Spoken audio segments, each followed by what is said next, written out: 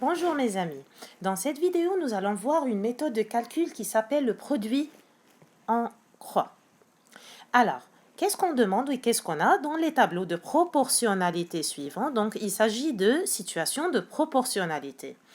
Calculer la quatrième proportionnelle. Alors, ici nous avons un tableau de proportionnalité, il ne faut même pas le prouver, ça c'est dit dans la consigne. Et on demande de trouver la quatrième proportionnelle. Pourquoi on l'a appelée la quatrième proportionnelle? Parce que si on compte ensemble, nous allons trouver une valeur, une deuxième valeur, troisième, et la quatrième, c'est celle qu'on veut calculer. Alors, oublions pour l'instant le produit en croix. Si on veut trouver cette valeur-là à l'ancien, d'après les acquis de sixième, qu'est-ce qu'il faudrait faire? Il faut chercher le coefficient de proportionnalité. Je me pose la question, 2 fois combien égale 6? Très bien, 2 fois 3. Du coup, je vais faire la même chose, le même calcul avec le 4. Donc 4 fois 3, ça fait combien? Ça fait 12. Et donc, la valeur, la quatrième proportionnelle est 12. Si on veut appliquer la nouvelle méthode qui s'appelle le produit en croix, il faut d'abord effacer ce qu'on a fait. Ça, c'est vraiment, ça c'est bien sûr correct, cette méthode-là, mais on apprend autre chose parce que c'est utile dans d'autres situations et ça facilite un peu les calculs s'il s'agit des nombres décimaux, par exemple, ou bien dans n'importe quelle autre situation qu'on va voir tout à l'heure. Et donc, comment j'applique le produit en croix? Je vais faire le produit, c'est-à-dire une multiplication. En croix parce que si je fais ce signe-là, ça ressemble à un croix, un peu. Et voilà, qu'est-ce que je vais faire? Je vais multiplier les valeurs qui sont en diagonale. Que veut dire diagonale? C'est-à-dire comme ça. Ça, c'est la diagonale. Alors, je vais multiplier 4 par 6 divisé par la dernière ou bien la troisième valeur qui sera le 2. Pourquoi je n'ai pas commencé par le 2? Donc, si je vais commencer par le 2, je vais multiplier 2 par combien? On ne sait pas. Ça, c'est la valeur qu'on cherche. Et donc, je vais commencer par la diagonale complète, là où il y a les deux valeurs. Donc, 4 fois 6 divisé par la troisième valeur qui sera le 2. Et donc, 4 fois 6, 24. Divisé par 2, ça fait 12. Ça, c'est facile à faire mentalement sans calculatrice. Et j'ai trouvé le même nombre. Voyons un autre tableau pour voir si on a compris ou pas. Voici une situation de proportionnalité. On demande de trouver la quatrième valeur. Et je vais commencer par faire un petit X. Et je vais multiplier les nombres qui sont en diagonale. Où est la diagonale complète? Est-ce que je peux commencer par multiplier 2,3 fois quelque chose? Il n'y a pas le nombre qui est en face. Donc, je ne peux pas commencer par les 2,3. Du coup, j'ai une diagonale complète. Je peux multiplier 16,1 par 6. Ça, c'est la diagonale complète. Donc, 16,1 fois 6 divisé par 2,3. Donc, je commence par multiplier la diagonale 16,1 fois 6 divisé par la troisième valeur. Et je vous laisse trouver le résultat. Calculer. Très bien. 42. Donc, la valeur que je dois mettre ici, c'est 42. Alors, voyons une autre situation. C'est toujours des tableaux de proportionnalité, mais maintenant, il y a 3 colonnes. La première colonne, il y a 19 et ça, je dois le calculer. Et dans la deuxième colonne, elle n'est pas complète non plus. Il y a le 12 et ça, il faut le trouver. Mais dans la troisième colonne, il y a les deux valeurs, 13 et 52. Donc, je ne peux pas travailler dans les 3 colonnes en même temps.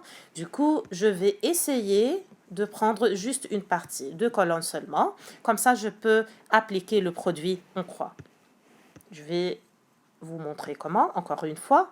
Je vais faire un petit X et je commence par multiplier les deux nombres qui sont en diagonale. Et donc, combien fois combien? Très bien. 13 fois 12. 13 fois 12 divisé par combien? Par 52. Je vous laisse trouver le résultat. Très bien. 3. Et donc, je mets ici le 3. Ça y est, j'ai trouvé une des deux valeurs demandées. Maintenant, pour trouver celle-ci, qu'est-ce que je dois faire? Je dois recommencer de nouveau Et vous allez me dire, il faut chercher 2 colonnes. C'est où les 2 colonnes? Elles sont voie claire. Voilà. OK. Donc, qu'est-ce que je vais faire maintenant? Je vais multiplier les deux valeurs en diagonale. Et donc, 19 fois 12, celui-là fois celui-là, divisé par combien? Par 3. Alors, 19 fois 12 divisé par 3, ça fait combien? Très bien, 76. Et la valeur que je dois mettre ici, c'est 76. Mais j'ai une remarque à vous dire. Faites attention. Ici, pour trouver le 76 et faire ce calcul-là, j'ai utilisé le 3, le nombre 3. Je l'ai utilisé dans mes calculs. Et le 3, c'est une valeur qui est déjà calculée. Ce n'est pas donné dans la consigne. Par exemple, si j'ai mal calculé le 3 pour n'importe quelle raison, j'ai mal tapé sur la calculatrice, j'ai fait un mauvais calcul, donc si je vais l'utiliser pour trouver les 76, je vais doubler l'erreur, si jamais le 3 est faux. Dans ce cas-là, c'est correct, c'est pour cela que le 76, parce qu'on est ensemble, mais si tu es seul dans une évaluation, il se peut, tout le monde se trompe. Donc, pour éviter ceci, qu'est-ce que je vous propose? De ne pas utiliser le 3 et ne pas utiliser une valeur que toi, tu as trouvée. C'est mieux d'utiliser les valeurs données. Et donc, c'est mieux d'utiliser cette colonne-là. Avec cette colonne-là, je vais, voilà, effacer tout ça pour vous montrer comment. Alors, c'est mieux d'utiliser ces deux colonnes-là ensemble. Ça et ça. Et cachez avec vos mains celle qui est au milieu. Alors, je vais recopier. Vous pouvez ne pas recopier et le faire mentalement. Et donc, voici le 19. Voilà. Ensuite, ça, c'est inconnu. Et voici le 13 et le 52. Alors, et j'applique le produit en croix ici. Où est la diagonale? 19 fois 52. Divisé par combien? Par 13. Et quand je vais faire ce calcul-là, je vais trouver la même chose, toujours 76. Alors, vous pouvez faire ce que vous voulez, bien sûr. Passons à autre chose. Comment peut-on appliquer ça dans une situation de vie réelle? Ici, il y a une histoire ou bien un problème qu'on va lire ensemble. Ensuite, on va voir qu'est-ce qu'on va faire. On a 5 croissants. Voilà, 5 croissants coûtent 4,50 €. Ça, c'est le prix de 5 croissants. Sachant que le prix des croissants est proportionnel au nombre de croissants, trouvez le prix de 7 croissants. Alors ici, c'est moi qui dois faire le tableau de proportionnalité. Ensuite, je vais trouver le prix de 7 croissants. Donc, je vais créer un tableau. Mais il faut donner un titre ici. Il s'agit de 5 croissants, ensuite 7 croissants. Ça aussi, il faut surligner. Et donc, en gros, c'est quelle grandeur? C'est le nombre de croissants. Voilà. Ensuite, une deuxième grandeur, c'est le prix. Ici, 4,50 €. Trouvez le prix. Donc, la deuxième grandeur, c'est le prix. Et je vais mettre les informations que j'ai dans le problème. 5 croissants, je mets où le 5? Ici. Est-ce que le prix est 5? Non, c'est le nombre. Et donc, le nombre de croissants, c'est 5. Ça coûte combien? 4,50 €. Après, trouver, donc c'est le point d'interrogation, ou trouver le prix. Donc, ça, c'est le prix. Et donc, ici, il y a un point d'interrogation. Trouver le prix de combien? De 7 croissants. Alors, c'est devenu très facile maintenant. Voici le tableau de proportionnalité. Sans le titre, c'est fini. Voici les 4, la partie qui me concerne, qui m'intéresse. Et donc, je vais faire, juste changer la couleur, voilà, un petit X.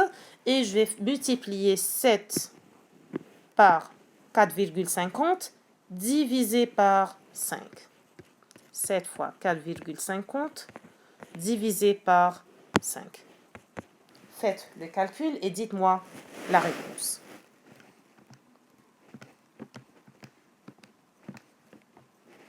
Très bien, 6,3. N'oubliez pas la phrase réponse. 6,3 quoi? Ça, c'est un nombre ou bien le prix ou quoi exactement? Alors, trouver le prix de cette croissance, je vais répondre le prix de cette croissance est 6,3 euros. Donc ça, c'était en euros, puisque sa place dans le tableau, c'est ici avec les prix.